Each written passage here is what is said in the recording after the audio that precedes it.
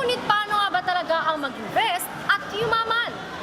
Ngayong araw ay aalamin natin kung paano nga ba at saan ang tamang pag-i-invest. Aalamin rin natin ang iba't ibang pamamaraan upang ang ating piso ay mapunta sa ating pag-asenso. Kaya naman simulan na natin, Albert, at ating alamin kung bakit The best ang mag-invest! Alam naman nating lahat na very well-known tayong mga Pinoy sa pagiging likas na masipag. Karamihan sa atin ay todo kayod para kumita at may maibigay sa ating pamilya. At syempre, ang overtime. Isang salita na hindi na ata mabubura sa bokabularyo nating mga Pilipino. Dagdag kita nga naman kasi. Ngunit, isa din sa ating nagiging kalaban ay ang oras. At syempre, ang ating sarili. Dahil hindi naman oras-oras ay nakakaya natin itong gawin. Totoo yan, at mahirap isipin na ang perang nakukuha mo kada kinsenas ay hindi nagagamit sa matalinong paraan. Kilala si Bo Sanchez bilang isang financial expert na minsan nang naniwala na masama ang pera at kalaunay naging isang eksperto sa matalinong pag-i-invest ng pera. Everywhere I went, for years, I would be preaching, people would ask for prayers.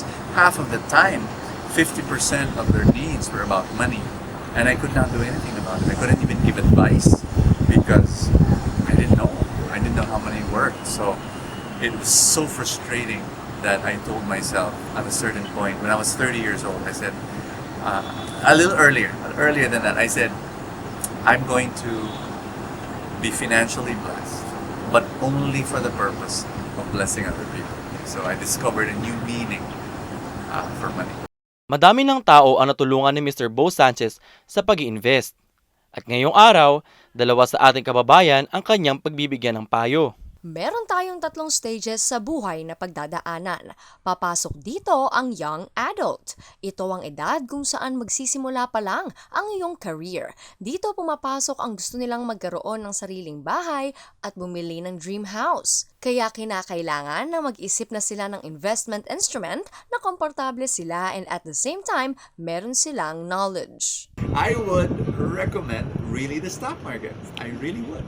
So learn how to do it, because right now some people say stock market, oh, that's for rich people. No, I've proven it already. My maid invests in the stock market. She's now a millionaire. So it can happen to everyone. Ayon rin kay Bo, para sa mga young adult, magsimulang mag-ipon ng 20% ng kanilang allowance o sweldo. O kaya naman, ay subukan rin magsimula ng maliliit na business tulad na lamang ng mga online shops. Alam naman natin na hindi madaling pumili ng gagamitin na strategy sa pag-invest. A good investment is any investment that grows much more than the bank and much more than inflation. Inflation is 4% every year. So that means if your money grows below 4% a year, you're losing money.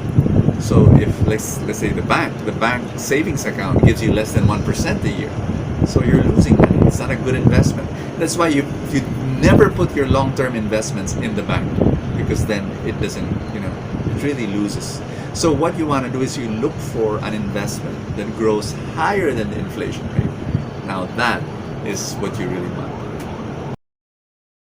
Ikalawa naman sa listahan ang parenthood, na kung saan pumapasok ang mga katanungang, paano ko mapapag-aral ang mga anak ko sa magandang eskwelahan? Mabibigyan ko kaya sila ng magandang kinabukasan? At panghuli, ang ating mga elderly. Sila ang mga taong nag-iisip na ng retirement at iniisip kung papaano matatransfer ng maayos ang kanilang wealth sa susunod na henerasyon. Marami na syempre sa ating mga Pilipino na malapit na mag-senior ang naghahangad na makapagpahinga man lang when they see their works have been paid off. At minsan, sa proseso ng pag-invest, mahirap i-maintain lalo na sa ating pangangailangan araw-araw. Discipline. You need to have the discipline to do it every single month, if possible. So let's say you're earning a little salary, chop off 20% of that salary, put it into the stock market every single month. You will become a millionaire and you will become a multi-millionaire. Kaya habang tayo ay nasa mid-20s pa lang, we should live our lives fully pero with limitations pa rin. Para sa future, we will be able to fulfill everything we want for our lives. So if you have the discipline to be able to do it, it can happen. Simplify your expenses and then try to earn extra. Kung tutuusin, sa hirap naman talaga ng buhay sa bansa natin ngayon, hindi dapat tayo maging kampante sa mga iniipon lang natin sa bangko. We need to get full knowledge about investing. Learn from mentors because it can be learned over time. Susunod, kilalanin natin ang ilan sa ating mga kababayan na nais mag-invest at alamin kung saan nga ba magandang i-invest ang ating pera. Dito lang yan sa Pisobilidad.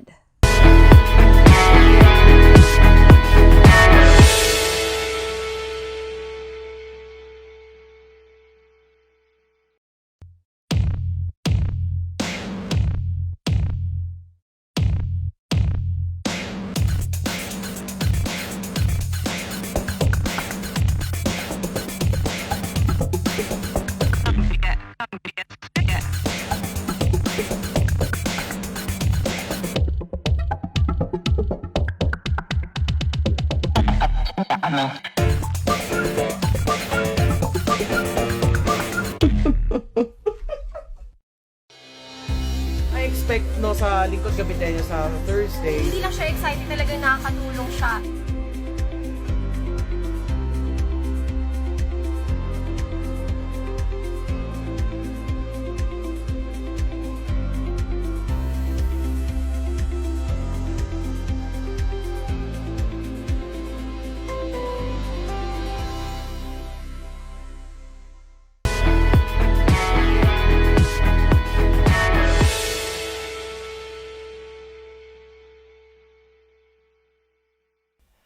Hindi talaga biro ang pag-i-invest.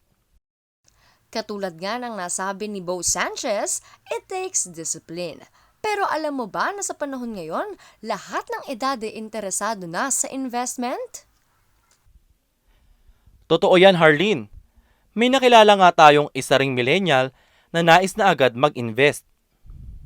Yes, siya si Miss Jinky Belgar, isang estudyante mula sa Cavite State University. Siguro nung elementary, parang nag-start na ako mag-lettering. Pero yung mismong na-develop ko siya, siguro 4 years ago, nung high school. Bagamat bata pa, sinisimulan ng mag-ipon ni Jinky para sa ikabubuti ng pera na kanyang kinikita. Naging mindset na ito ni Jinky, ang mag-ipon gamit ng kanyang sariling pera. Hindi nito nakaugali ang humingi ng pera sa kanyang mga magulang dahil nais itong magkaroon ng pera mula sa kanyang sariling kakayahan at talento. Ngunit, isa sa mga struggle niya ang pagpapatuloy sa business na kanyang tinatahak. Kaya hinayaan namin na tulungan siya ni Bo Sanchez sa kanyang problema. Siguro ang isa sa itatanong ko sa kanya is, as a young entrepreneur, since andito na rin naman ako sa entrepreneurship, ano kaya yung advice na mabibigay niya para magpatuloy ako dito sa gantong business? Discipline. You need to have the discipline to do it every single month, if possible. So let's say you're earning a little salary. Chop off 20% of that salary, put it into the stock market every single month. You will become a millionaire and you will become a multi-millionaire. Nakilala din namin si Nanay Norma, 40 taong gulang na housewife. Si Nanay Norma naman ay nagkaroon ng dating isang maliit na tindahan, ngunit ito ay nalugi. Nawalan ng puhunan dahil dumami ang malalaking bilihan sa labasan, tapos nagkaroon din ng maraming tindahan sa aming paligid at hindi stable ang mga presyo nila. Maliban sa sari-sari store, nasubukan din ni Nanay Norma na magluto ng mga pagkain katulad ng empanada at mga merienda tulad ng Bake Mac, spaghetti at pansit. Hindi naman nahinto.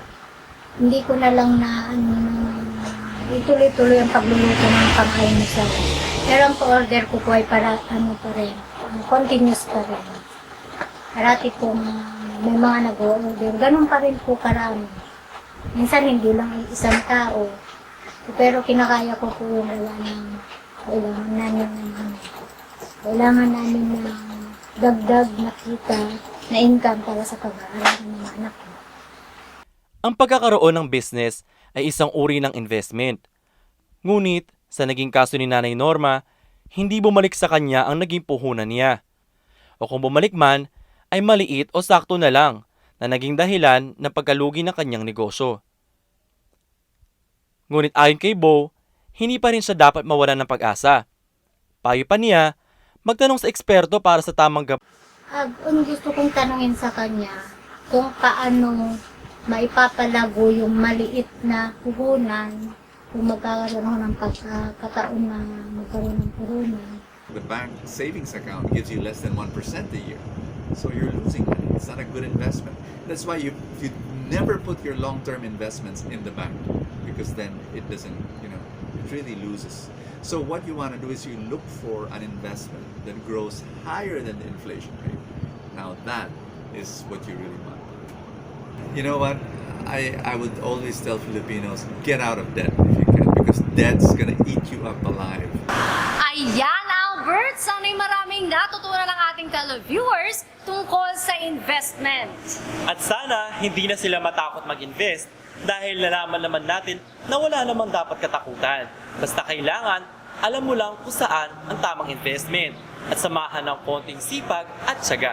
Correct ka dyan, Albert. Sa panahon ngayon, marami na mga paraan upang tayo matuto tungkol sa investment. Hindi mo kailangan gumastos ng malaki. Nandyan ang mga mapagkakatiwalaang financial experts ng bansa o di naman kayo mga tutorials sa internet. At syempre, ang pagsubaybay dito sa aming programa.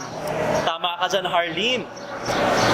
At dyan na nga po nagtatapos ang isang episode na puno ng kaalaman. Abangan niyo po kami sa susunod na episode. Ako po si Harleen Delgado. At ako naman po si Albert Lumbera, manigurado at maniwala sa Piso Bilidad.